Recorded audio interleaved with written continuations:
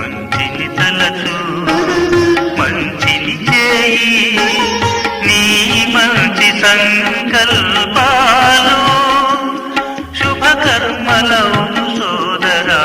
మంచిని తలచు మంచిని చేయి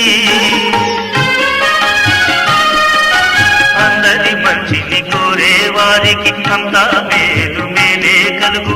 అందరి మంచిని కోరే వారికి అంతా మేలు మేలే కలుగు. మంచిని తలచు మంచిని చేయి.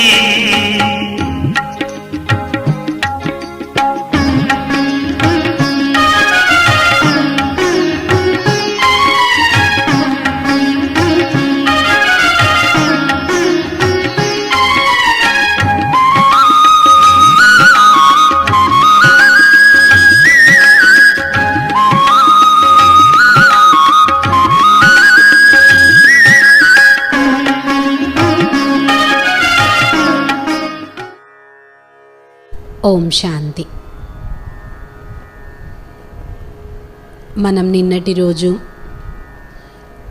కర్మల గుహ్య గతి గురించి వివరంగా విన్నాము. మానవాత్మ మానవునిగానే జన్మ తీసుకుంటుంది. చేసుకున్నటువంటి పాప పుణ్యం కర్మ ఫలాలను మానవునిగానే జన్మించి దాని యొక్క ప్రతిఫలాన్ని అనుభవిస్తాము. మనిషి జంతువు మనిషిగా పుట్టడం అనేది ఉండదు. మనిషి మనిషిగానే పుడతారు, జంతువుగానే పుడతారు. ఎందుకంటే చేసుకున్నటువంటి పాపకర్మల ఫలితాన్ని అంగవైకల్యంగా కానీ, బీదరికంగా కానీ, రోగాల రూపంగానైనా ఏ రకంగానైనా మన పాప ఫలితాన్ని అనుభవించాల్సిందే. అంతే తప్ప జంతువుగా పుట్టి మనం పాపాలని పూర్తి చేసుకుంటామని కాదు. ఎలాంటి బీజం వేస్తామో అటువంటి వృక్షం వస్తుంది అని విన్నాము. మన కర్మలు కూడా ముఖ్యంగా 4 రకాల కర్మలు అని విన్నాం. దాంట్లో మనం 3 రకాల కర్మల గురించి విన్నాము. పాపకర్మలు, పుణ్యకర్మలు, సత్కర్మలు. పాపకర్మలేంటి, పుణ్యకర్మలేంటి, సత్కర్మలేంటి అనే విషయాన్ని మనం వివరంగా విన్నాం కదా. భగవంతుడు మనకి శ్రేష్ఠ కర్మల యొక్క జ్ఞానాన్ని ఇచ్చారు. కాబట్టి పరమాత్ముణ్ణి సుఖ సాగరుడి రూపంలో మనం జ్ఞాపకం చెయ్యాలి. గుణాన్ని కూడా మనం అభ్యాసం చేశాం కదా, నేను ఆత్మను సుఖస్వరూపమును అని. నా కర్తవ్యము నేను అందరికీ సుఖాన్ని ఇవ్వటం. నేను సుఖదేవుడను, సుఖదేవిని, సుఖదాతను. నేను అందరికీ సుఖాన్నే ఇవ్వాలి అని గుర్తుంచుకోవాలి అని విన్నాం. ఈరోజు మనము మానవుని 84 జన్మల జీవిత చరిత్ర, అంటే మానవాత్మ ఎక్కువలేకో 84 జన్మలు, తక్కువలో తక్కువ ఒక్క జన్మైనా తప్పకుండా తీసుకోవాల్సిందే. జన్మ లేకుండా ఈ జగన్నాటకరంలో రాకుండా అంటూ ఉండలేం మనం. ప్రతి ఒక్క ఆత్మ ఈ సృష్టి రూపీ నాటక రంగంలో పాత్ర వహించటానికి రావాల్సిందే. ఎందుకంటే ఇది నాటకం, మన అందరము నటులము, పాత్రధారులం. పాత్రధారి పాత్ర వహించకుండా ఎప్పుడు ఇంట్లో ఉండడు. అదేవిధంగా ఈ సృష్టి రూపీ నాటక రంగంలో కూడా మన అందరం పాత్రధారులం. కాబట్టి పాత్ర వహించకుండా నేను ముక్తిలో ఉంటాను అంటే జరగదు. అయినా ముక్తి కావాలి అని ఎందుకు కోరుకుంటున్నాం? కష్టాలు వస్తున్నాయి కాబట్టి ముక్తి కావాలి అని కోరుకుంటున్నాం. మనకి ఏ కష్టము లేదు, హాయిగా జీవితం సాగిపోతుంది, సుఖాలతో ఉన్నామనుకోండి, ముక్తి కావాలి అని కోరుకోం కదా, సుఖంగా ఉండాలనే కోరుకుంటాం. కాబట్టి పరమాత్మ రాజయోగము ద్వారా ముక్తి, జీవన్ముక్తి 2 ఇస్తున్నారు. ముక్తి అంటే ఈ దేహాన్ని వదిలి ఆత్మ పరంధామానికి వెళ్తుంది. పరంధామంలో మన ఇల్లు, అక్కడ ఉన్నంత వరకు ముక్త అవస్థలో ఉంటుంది, దేహంతో ముక్తులుగా. జీవనముక్తి అంటే శరీరంలో ఉంటూ కూడా దుఃఖము అశాంతితో ముక్త అవస్థ అన్నమాట. జనకుడు అదే జీవన్ముక్తిని పొందాడు అని మనం పురాణాలలో వింటూ వచ్చాము. అంటే జీవనముక్త స్థితి, జీవితంలో ఉంటూ అన్నీ అనుభవిస్తూ దుఃఖము అశాంతితో ముక్తులుగా ఉండే స్థితి. కాబట్టి ముక్తి కంటే జీవనముక్తి గొప్ప. ముక్తి అందరికీ దొరుకుతుంది, అదేమంత గొప్ప కాదు. కానీ జీవనముక్తి అన్నిటికంటే గొప్ప స్థితి. ఆ స్థితిని భగవంతుడు మనందరికీ రాజయోగము ద్వారా ప్రాప్తింపచేయిస్తున్నారు. శ్రేష్ఠ కర్మలతో, సత్కర్మలు చేయటంతో మనం జీవన్ముక్తిని పొందగలుగుతాం. అంటే ఎప్పుడైతే ఈ సంగమ యుగంలో మనం విన్నాం కదా, భగవంతుడు ఈ సృష్టి పైన అవతరించి మన అందరికీ జ్ఞానాన్ని వినిపిస్తున్నారు, సత్కర్మల్ని నేర్పిస్తున్నారు. అందరికీ ఎలా సుఖాన్ని ఇవ్వాలి, అందరితో ఎలా ప్రేమపూర్వకంగా మాట్లాడాలి, అందరితో ఎలా ఆశీర్వాదాలు ఇవ్వాలి, ఏం పంచాలి అన్నీ భగవంతుడు మనకి తెలియచేస్తున్నారు.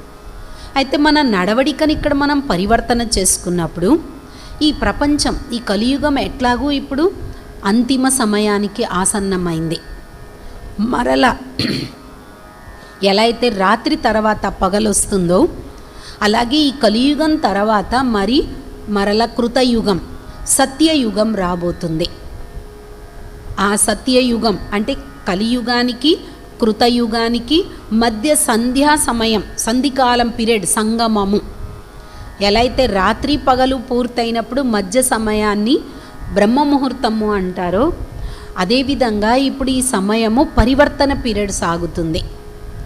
ఈ పరివర్తన పీరియడ్లో మన నడవడికను, మన ఆలోచనలను పరివర్తన చేసుకునేందుకు భగవంతుడు మనందరికీ జ్ఞానాన్ని వినిపిస్తున్నారు. పరమాత్మ చెప్పినటువంటి జ్ఞానాన్ని విని మన జీవితాన్ని పరివర్తన చేసుకొని సత్కర్మల ఫలితం దేవాత్మగా జన్మ తీసుకుంటాం కృతయుగంలో. దాన్నే సత్యయుగము అంటారు. దేవతల భూమి, పుణ్యభూమి, పవిత్ర భూమి అంటాం మనం భారతదేశాన్ని. అంటే ఒకప్పుడు భారతదేశంలో ఎంతోమంది దేవీ దేవతలు వచ్చి వెళ్ళారు అని తెలుసు. అది ఎప్పుడు అంటే సత్యయుగంగా ఉన్నప్పుడు. ఆ యుగంలో అందరము సుఖ సంతోషాలతో ఉంటాం. దుఃఖం అనేది ఉండదు ఆ యుగంలో. దాన్నే స్వర్గం అంటారు. స్వర్గం అంటే ఆకాశంలో ఉంటుంది, దేవతలు అప్సరసలు ఉంటారు, దేవేంద్రుడు ఉంటాడు అలా ఊహించుకోకండి. ఆకాశంలో చంద్రమండలానికి వెళ్ళారు, ఏ ఒక్క దేవత కనబడలేదు. అంటే చంద్రుడు భగవంతుడు అనుకున్నాం, కానీ భగవంతుడి రూపం అయితే చూడలేదు. వాస్తవంగా ఆకాశంలో స్వర్గం ఉండదు. ఈ భారత భూమి ఒకప్పుడు స్వర్గంగా ఉండేది. స్వర్గము నరకము అని ఎందుకంటారు అంటే, ఎవరింట్లో అయితే అందరూ సంతోషంగా కలిసిమెలిసి ఉంటే దాన్ని స్వర్గం అంటాం. ఎవరింట్లో అయితే అన్ని గొడవలు పోట్లాటలు ఉంటాయనుకోండి, దాన్ని నరకం అంటాం. అంటే స్వర్గ నరకాలు ఎక్కడో లేవు, మన దగ్గరే ఉన్నాయి, ఈ ప్రపంచంలోనే ఉన్నాయి. కాబట్టి ఆ యుగంలో అందరి సంస్కారాలు మంచి సంస్కారాలు ఉంటాయి, సుఖపెట్టే సంస్కారాలు ఉంటాయి. ఒకరినొకరు దుఃఖ పెట్టుకోరు, కలిసిమెలిసి ఉంటారు. పాలు నీళ్ళలాగా, పాలు పంచదారలాగా, పులి మేక ఒకే చెరువులో నీరు త్రాగేటువంటి ఐక్యమత్య భావం ఉంటుంది ఆ యుగంలో.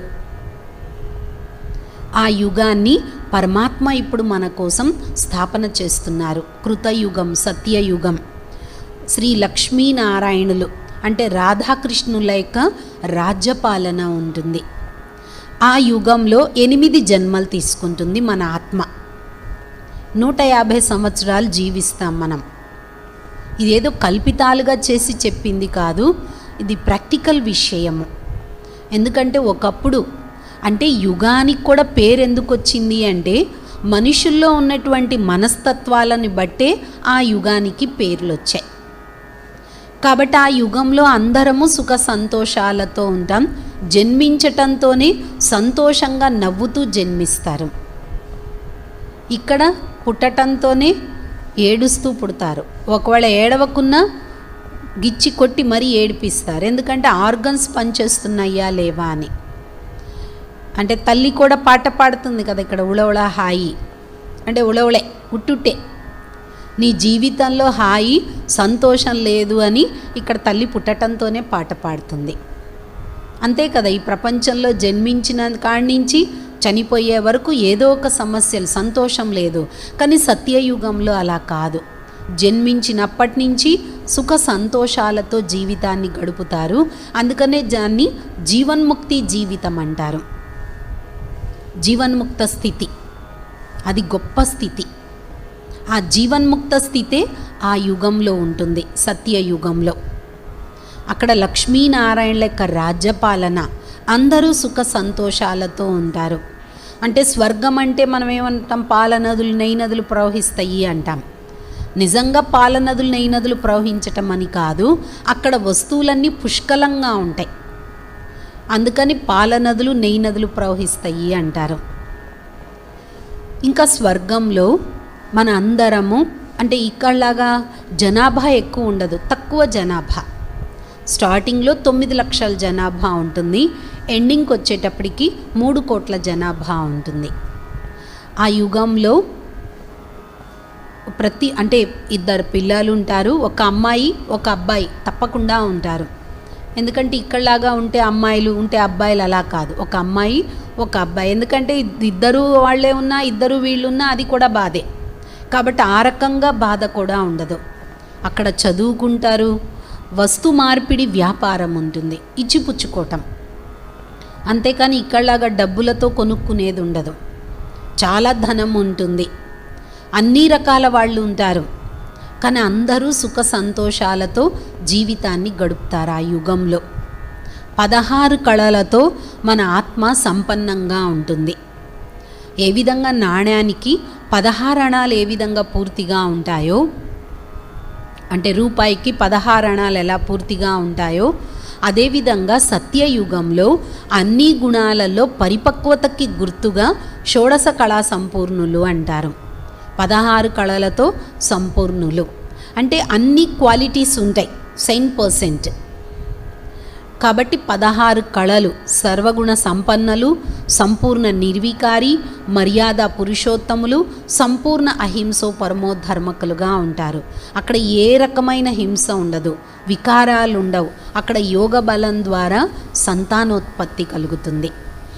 వికారాల విషయం ఉండదు. ఎందుకంటే మనందరికీ తెలుసు, వికారాలు లేకుండా జన్మించినటువంటి వాళ్ళు దేవతలు. అంటే రాముడు చూడండి, మనం పురాణాలలో వింటే రాముడు ఎలా పుట్టాడు, వికారాలతో జన్మించలేదు, యజ్ఞ బలంతో.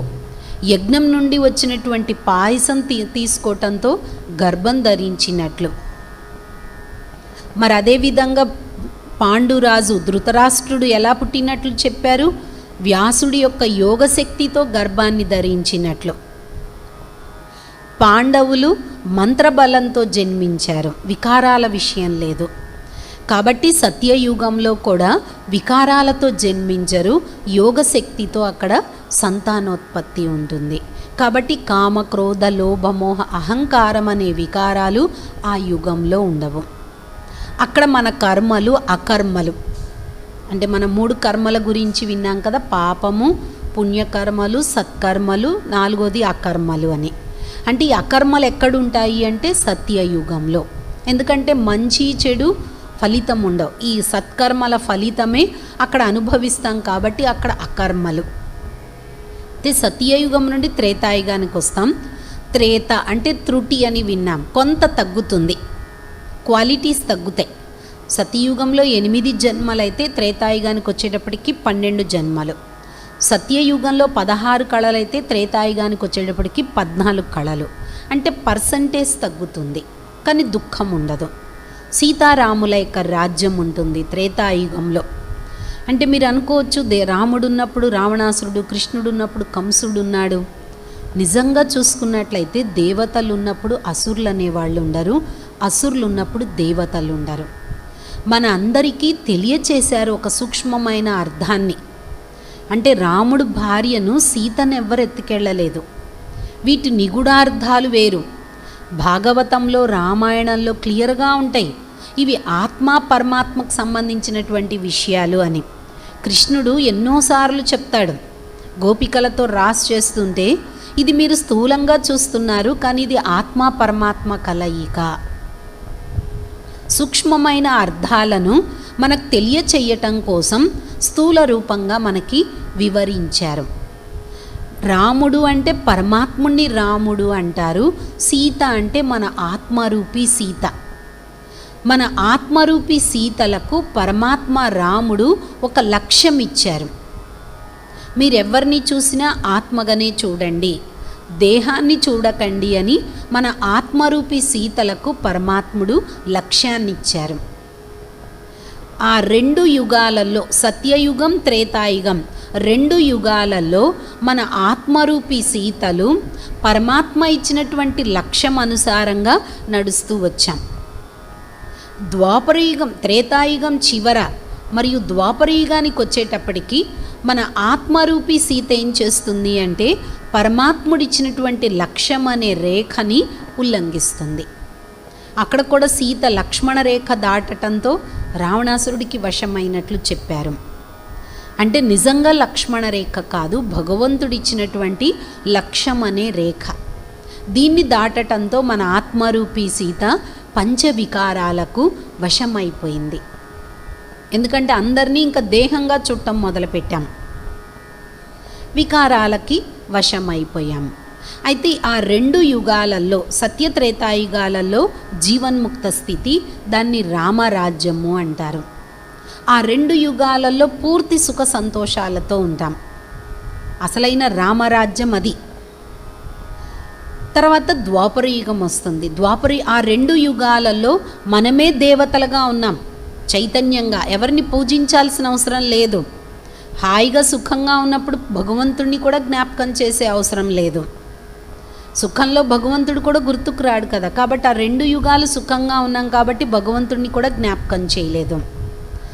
ఆ త్రేతాయుగం చివర ద్వాపరయుగం వచ్చిన తర్వాత వికారాలకు వశం అయిపోవటంతో మన ఆత్మ భగవంతుణ్ణి జ్ఞాపకం చేయటం మొదలుపెట్టాం. ఫస్ట్ విక్రమాదిత్యుడు సోమనాథ మందిరాన్ని, దేవాలయాన్ని, శివలింగాన్ని ప్రతిష్టాపితం చేసి సోమనాథ దేవాలయాన్ని కట్టించాడు. అంటే ద్వాపరయుగానికి వచ్చేటప్పటికి 8 కళలు ఉంటాయి, 21 జన్మలు తీసుకుంటుంది మన ఆత్మ. అంటే కళలు తగ్గుతూ ఉన్న కొద్దీ జన్మలు అనేవి ఇంకా పెరుగుతూ వచ్చాయన్నమాట. భక్తి ప్రారంభమైంది, అనేక మందిని పూజించటం ప్రారంభించాం, భగవంతుణ్ణి, దేవతలని, అనేకుల్ని. అంటే నెమ్మదిగా ఒక్కొక్కరిని జ్ఞాపకం చేయటం మొదలుపెట్టాం. తర్వాత కలియుగం వస్తుంది. అయితే సతయుగంలో 150 సంవత్సరాలు మినిమం జీవిస్తారు. అక్కడ 150 సంవత్సరాలైనా వృద్ధాప్యం వస్తుందేమో, వంగిపోతామే అని ఆలోచించాల్సిన అవసరం లేదు. ఏ టెన్షన్స్ చికాకులు ఉండవు కాబట్టి యంగుగానే ఉంటారు. అందుకనే దేవతలు ఎంతకాలం జీవించినా వాళ్ళు యంగుగానే చూపిస్తారు. ఎందుకంటే అమరులు అంటాం. అమరులు అంటే వాళ్ళకి మృత్యువు రాదని కాదు, వస్తుంది, కానీ అకాల మృత్యువులు ఉండవన్నమాట. ద్వాపరయుగానికి వచ్చేటప్పటికి యావరేజ్ తగ్గుతుంది జీవించే వయసు. పాపకర్మలు చేయటం మొదలు పెడుతుంది మన ఆత్మ. ఎందుకంటే దేహం అనుకుంటూ వచ్చాం కాబట్టి, దేహభ్రాంతిలో వస్తూ చెడు కర్మలు చేస్తూ వచ్చాం కాబట్టి యావరేజ్ తగ్గుతూ వచ్చింది. కలియుగానికి వచ్చేటప్పటికి స్టార్టింగ్లో గుణాల పర్సంటేజ్ 2% ఉంది. ఈ కలియుగానికి వచ్చేటప్పటికి అనేకుల్ని పూజించటం ప్రారంభిస్తుంది. చెట్టుకి, పుట్టకి, రాళ్ళకి, రప్పలకి అన్నింటిలో భగవంతుడు ఉన్నాడు. భగవంతుడి కోసం వెతుకుతూ వచ్చేసాం మనం. కలియుగంలో స్టార్టింగ్లో 2%, గుణాల పర్సంటేజ్ 2 ఉంటుంది. 42 జన్మలు తీసుకుంటాం మనం. అంటే త్వరగా జన్మించటం, మరణించటం చేసినటువంటి పాపకర్మల ఫలితము. సత్యయుగంలో మన కర్మలు, అకర్మలు. మరి అక్కడ మనం ఏం పాపకర్మలు చేయలేదు, ఎందుకు ఆత్మ దిగజారాల్సి వచ్చింది అని ఒక ప్రశ్న రావచ్చు. పాపకర్మలు చెయ్యలేదు, అలా అని పుణ్యకర్మలు కూడా చెయ్యలేదు మనం. ఏ విధంగా బ్యాంకులో మీరు కొంత క్యాష్ జమ చేసుకుంటారు, జమ చేసినట్టు మీరు ఎప్పటికప్పుడు తీసుకుంటూ ఉంటారు. యాడ్ చెయ్యట్లేదు, మీరు తీస్తూనే ఉంటారు అనుకోండి, బ్యాలెన్స్ ఏముంటుంది, నిల్ అయిపోతుంది. అదేవిధంగా సత్యత్రేతాయుగాలలో సత్కర్మల ఫలితము అనుభవించాం మనం. అనుభవించటంతో ఆత్మలో ఆ సత్కర్మల ఫలితం నెమ్మది నెమ్మదిగా జన్మలు తీసుకుంటూ క్షీణిస్తూ వస్తుంది. ఎలా అయితే బ్యాటరీ వాడుతూ ఉన్న కొద్ది డిశ్చార్జ్ అయిపోతుందో అదేవిధంగా మన సత్కర్మల ఫలితం కూడా తగ్గుతూ ఉంటుంది. ఎందుకంటే కొత్తగా మనం ఏం చేయలేదు కాబట్టి. ద్వాపరయుగానికి వచ్చేటప్పటికి సత్కర్మల ఫలితం తగ్గటంతో చెడుకు మనం ఎక్కువగా ఆకర్షితులవ్వటం మొదలుపెట్టింది మన ఆత్మ. దేహభ్రాంతిలో వచ్చి పాపకర్మలు, ఈర్ష్యా ద్వేషాలకు వశమయ్యే కర్మలు చేస్తూ వచ్చాం. కాబట్టి ద్వాపరయుగం నుండి మన కర్మలు పాపకర్మల కింద తయారయ్యాయి. ఈ పాపకర్మల నుండి ముక్తులు కావటం కోసం పుణ్యకర్మలు చేస్తూ వచ్చాం. కానీ పుణ్యకర్మల ఫలితం కొంతవరకే మనల్ని ఆపుతుంది. కానీ చేసినటువంటి పాపకర్మ ఫలితం తప్పనిసరి అనుభవించాల్సిందే. ఈ కలియుగంలో 42 జన్మలు. ఎందుకంటే చేసుకున్న పాపకర్మల ఫలితం త్వరగా జన్మించటం, మరణించటం, తొందరగా జనన మరణాలు. ఈ కలియుగ అంతిమానికి వచ్చేటప్పటికి భక్తి కూడా రకరకాలు ఫ్యాషనేబుల్ అయిపోయింది. ఈ రోజుట్లో భక్తి దాన ధర్మాలు కూడా ఎలా చేస్తున్నాము అంటే 10 మందికి తెలియాలి అనే రీతిలో దాన ధర్మాలు చేస్తున్నాం. ₹1 హుండీలో ఇస్తే టంగును శబ్దం వచ్చేటేస్తాం మనం. అంటే చూడండి, అందరి కోసం, అందరు చూడాలి నేను చేసింది. ఈ రకంగా మనం దాన పుణ్యాలు చేశాం కాబట్టి ప్రాప్తి కూడా మనకి అంత దొరకలేదు. గుప్తదానం మహాపుణ్యము అంటారు. ఒక చేతికి చేస్తే ఇంకొక చేతికి తెలియకూడదు అంటారు. మళ్ళీనేమో మనం చేసిన దానం 10 మందికి తెలిసే విధంగా చేస్తున్నాం. ఈ రకంగా దానం చేయటం వల్ల మనకి ప్రాప్తి కూడా అంతంత మాత్రమే దొరికింది. కాబట్టి కలియుగ అంతిమానికి వచ్చేటప్పటికి యావరేజ్ 35 years కూడా గ్యారంటీ లేదు. చూడండి, పుట్టిన పిల్లలు పుట్టినట్లే చనిపోతున్నారు, రోగాలతో పుడుతున్నారు, అంగవైకల్యంగా పుడుతున్నారు. కారణం ఏంటి అంటే పాపకర్మల ఫలితం అన్నమాట.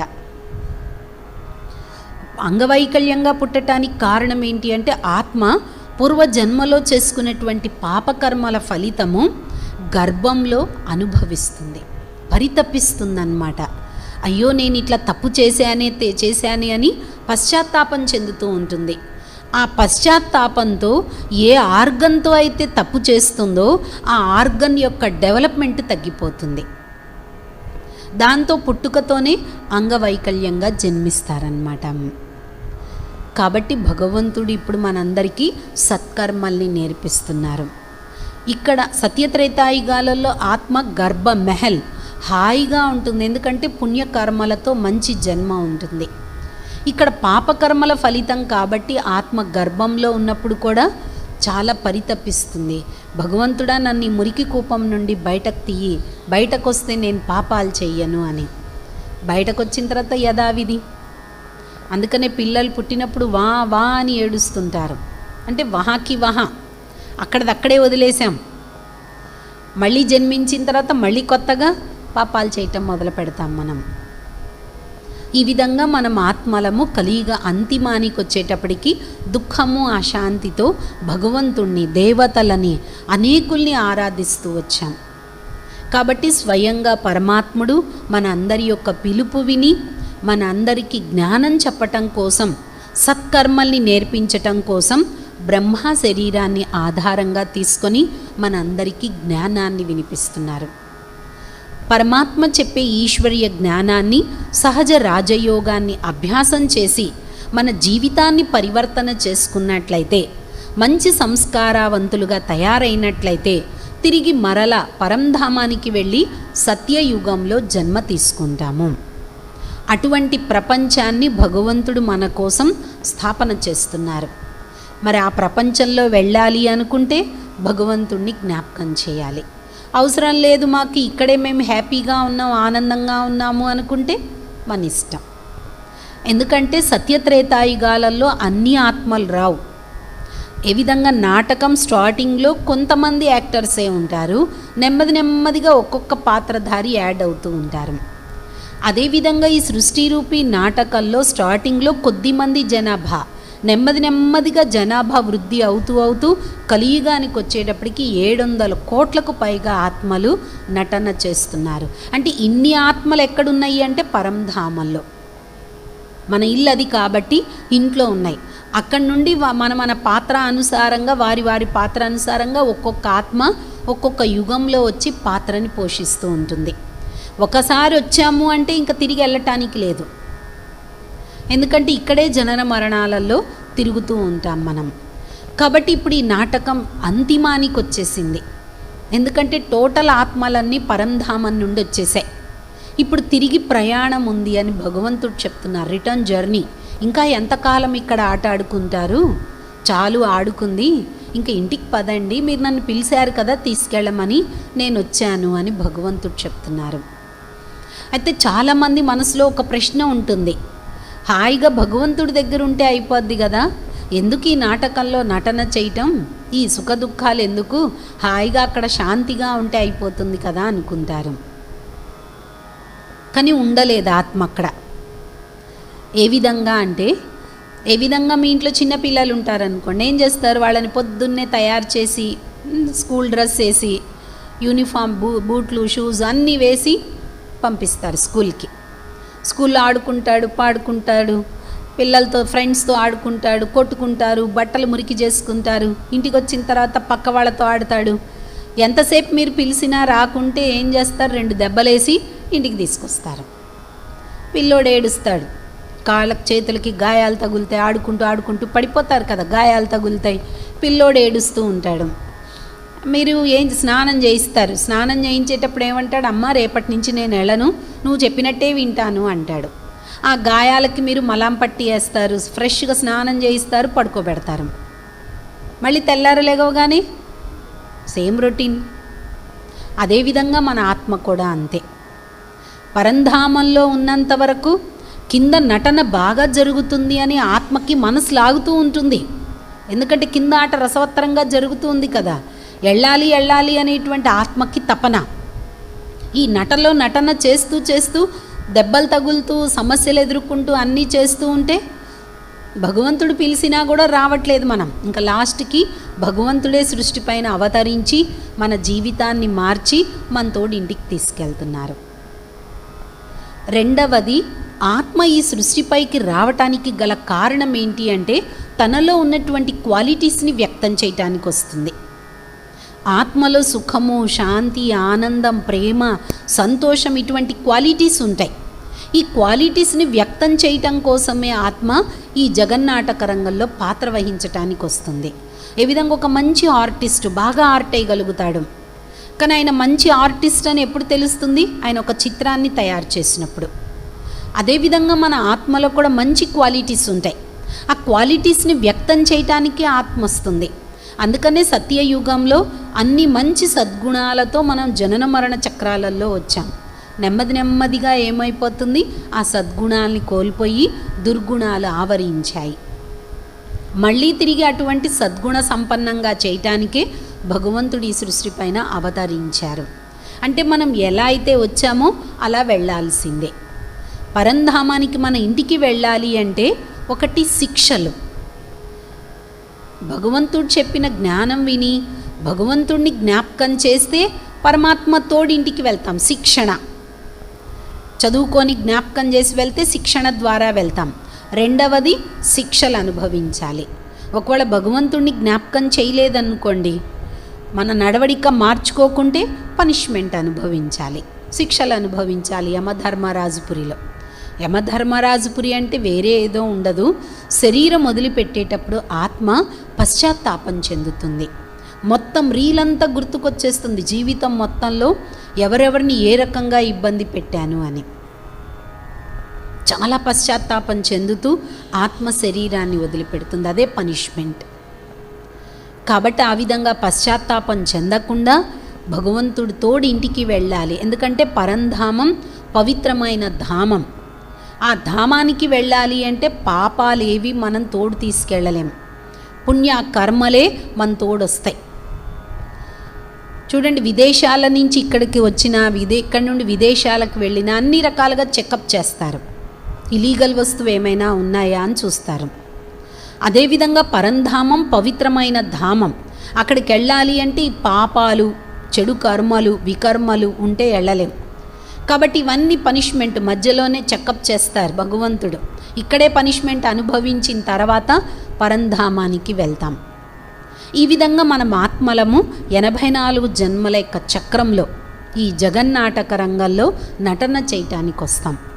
నటన చెయ్యందే మన ఆత్మ ఉండలేదు. పరంధామంలో ఉన్నా కూడా జస్ట్ లైక్ రాళ్ళలాగా పడి ఉంటామే కానీ ఫీలింగ్స్ ఏమీ ఉండదు. కాబట్టి భగవంతుడు దగ్గరున్నామని కూడా తెలియదు. అక్కడున్న ఆత్మ కిందకు రావాలని. అందుకనే ఈ జగన్నాటక రంగము సంతోషకరమైనది, కళ్యాణకారి అని విన్నాం కదా. భగవంతుడి రాజయోగము ద్వారా మనకి ముక్తి, జీవన్ముక్తిని అంటే జీవన్ముక్తి సత్యత్రేతాయుగాలలో ఉంటుంది. పరంధామంలో ఉండేది ముక్తి. ద్వాపరయుగానికి వచ్చేటప్పటికి జీవన బంధనం, జీవితం బంధనంగా అయిపోయింది దుఃఖము అశాంతితో.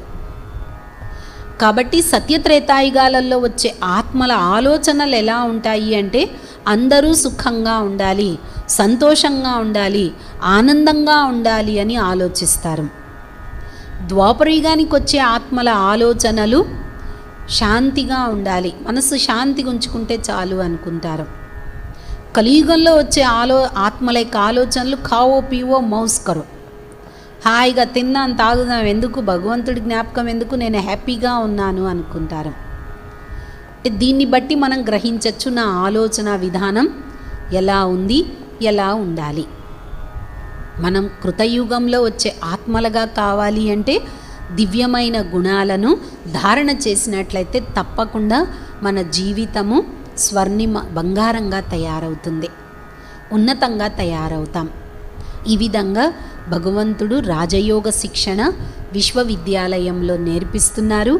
ఇంకా మీరు దీని గురించి తెలుసుకోవాలి అనుకున్నట్లయితే ప్రతిరోజు ఉచితంగా రాజయోగ శిక్షణ నేర్పించటం జరుగుతుంది.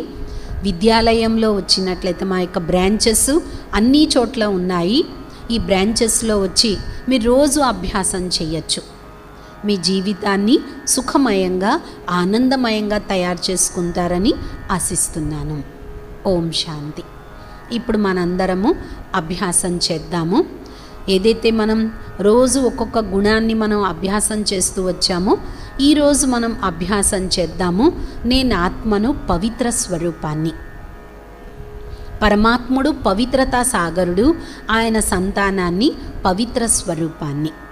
ఎందుకంటే భగవంతుడు మనల్ని పవిత్రంగా చేసే తనతోడి ఇంటికి తీసుకెళ్తారు, శుద్ధంగా చేసే.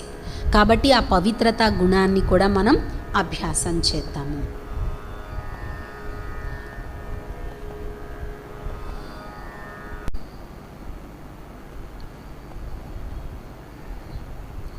ఓం శాంతి.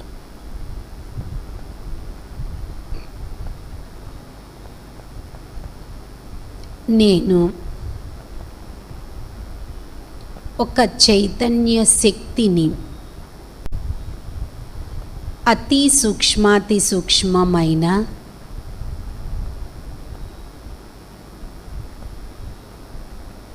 దివ్యమైన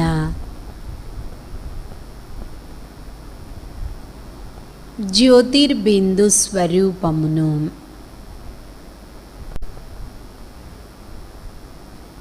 నేనొక ప్రకాశ స్వరూపాన్ని.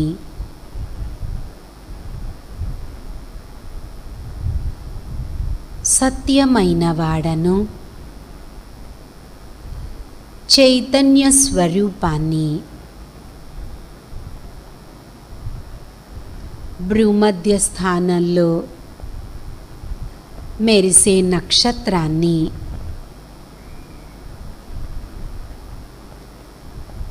మనసు బుద్ధి ద్వారా ఈ సాకార దేహానికి అతీతంగా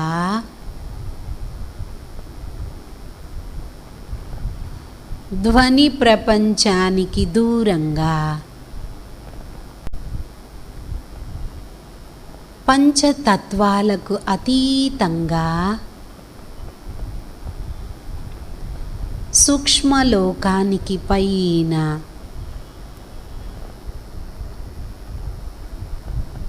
బ్రహ్మ మహాతత్వము పరంధామానికి చేరాను. అదియే నా నివాస స్థానము. నేనాత్మను, పరంధామ నివాసిని. నా తండ్రి అయిన పరమాత్మకు సమీపంగా చేరుకుంటున్నాను. పవిత్రతా సాగరుడైన పరమాత్మ సంతానాన్ని, పవిత్ర స్వరూపమును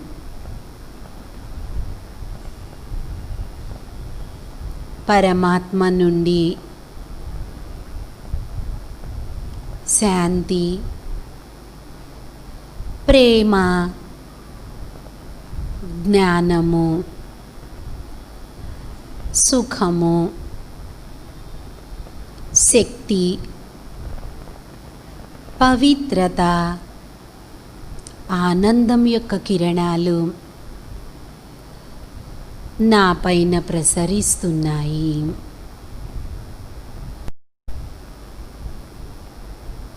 నాలోని అపవిత్రత, అస్వచ్ఛత సమాప్తమైపోతున్నాయి.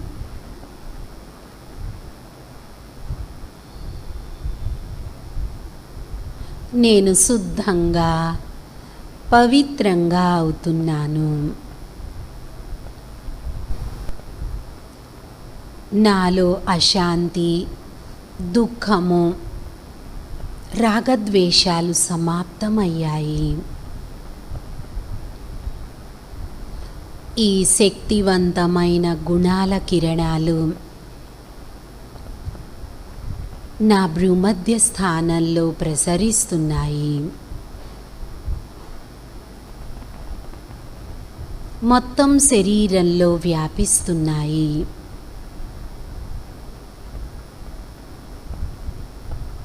నేను ఆరోగ్యంగా, శక్తివంతంగా అవుతున్నాను.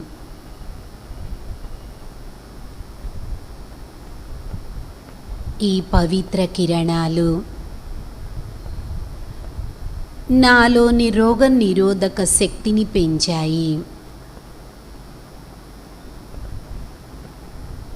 నా నుండి నలువైపులా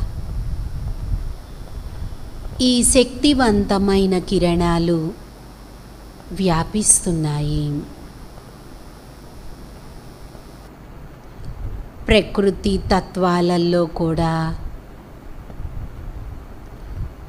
ఈ పవిత్ర కిరణాలు వ్యాపిస్తున్నాయి. ప్రకృతి నుంచి వచ్చే పవిత్ర కిరణాలు అందరినీ ఆరోగ్యంగా చేస్తున్నాయి.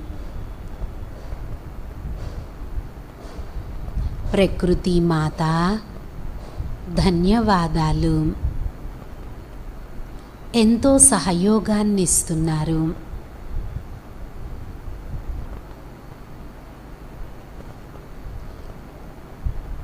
ప్రకృతి గ్రహాల నుండి పవిత్ర కిరణాలు అందరిపైన ప్రసరిస్తున్నాయి. అందరూ ఆరోగ్యంగా, సంతోషంగా జీవితాన్ని గడుపుతున్నారు.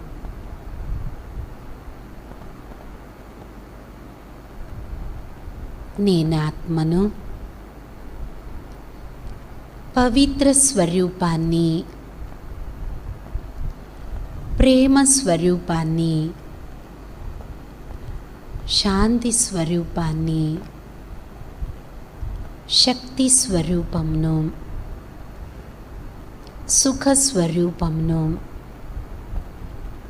జ్ఞాన స్వరూపంను, ఆనంద స్వరూపాన్ని, ఈ అన్ని గుణాలు నా నిజ గుణాలుగా గుర్తించాను. నా మనస్సు చాలా ప్రశాంతంగా ఉంది. రోజు నా మనస్సుని ఇదే విధంగా ప్రశాంతంగా ఉంచుకుంటాను.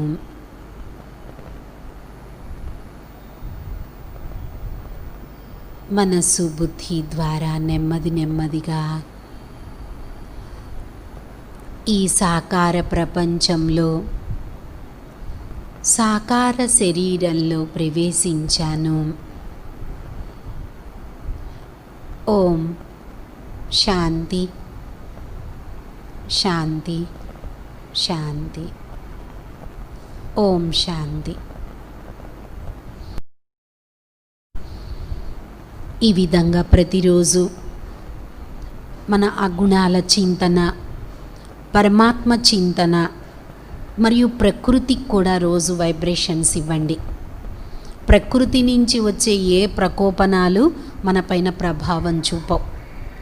గ్రహాలకి ప్రకృతికి రోజు ఒక 2 నిమిషాలన్నా వైబ్రేషన్స్ ఇవ్వండి. అన్ని రకాలుగా ఆరోగ్యవంతులుగా అవుతాం. ఎందుకంటే మనం చేసినటువంటి కర్మలు, ఆలోచనల యొక్క ప్రభావము ప్రకృతి పైన తొందరగా ప్రభావం పడుతుంది. దాని ప్రభావమే ప్రకృతి మన పైన విజృంభిస్తుంది ఇప్పుడు. కాబట్టి ఇప్పుడు ప్రకృతికి మనం రోజు మంచి వైబ్రేషన్స్, పవిత్రమైన వైబ్రేషన్స్, శక్తి యొక్క వైబ్రేషన్స్, సుఖం యొక్క వైబ్రేషన్స్ ఇవ్వాలి. తప్పకుండా ప్రకృతి ఆ వైబ్రేషన్స్ స్వీకరించి మనకు కూడా సుఖాన్ని ఇస్తుంది. ఇలా రోజు సాధన చేసుకుంటూ ఉండండి. మీకు ఏదైనా డౌట్స్ ఉన్నట్లయితే ఇక్కడ ఫోన్ నెంబర్ కూడా ఇవ్వటం జరుగుతుంది. దాని ద్వారా మీ యొక్క డౌట్స్ని క్లియర్ చేసుకోవచ్చు. మీకు వీలైనప్పుడు బ్రాంచెస్కి వెళ్ళి అక్కడ ఇంకా వివరంగా తెలుసుకున్నట్లయితే బాగుంటుంది. రెగ్యులర్గా క్లాసెస్ జరుగుతాయి. ఉదయం 6:30 నుంచి 7 వరకు మెడిటేషన్ ఉంటుంది. 7 నుంచి 8 వరకు 1 అవర్ లెక్చర్ ఉంటుంది. సేమ్ యథావిధిగా సాయంత్రం కూడా 6:30 నుంచి 7 వరకు మెడిటేషన్, 7 నుంచి 8 వరకు 1 అవర్ లెక్చర్ ఉంటుంది.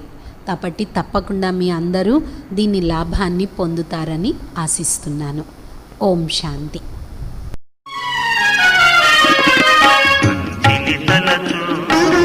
మంచిని చేయి, నీ మంచి సంకల్ప